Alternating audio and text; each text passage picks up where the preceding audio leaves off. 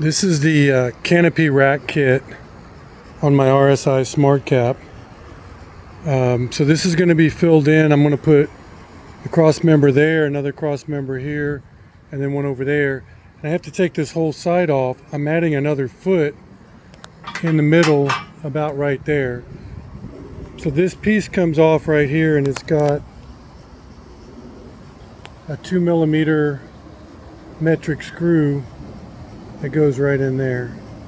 So that's coming off, and then I've got a new set of feet to slide in this track. You can see the old ones right there.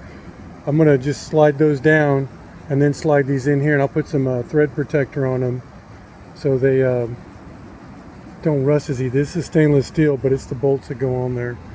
That's what I'm working on right now, and I'll get one foot there, then I'll take all those off, put another foot in, and then I'll fasten down all the 3 new cross lats and then put the ends back in.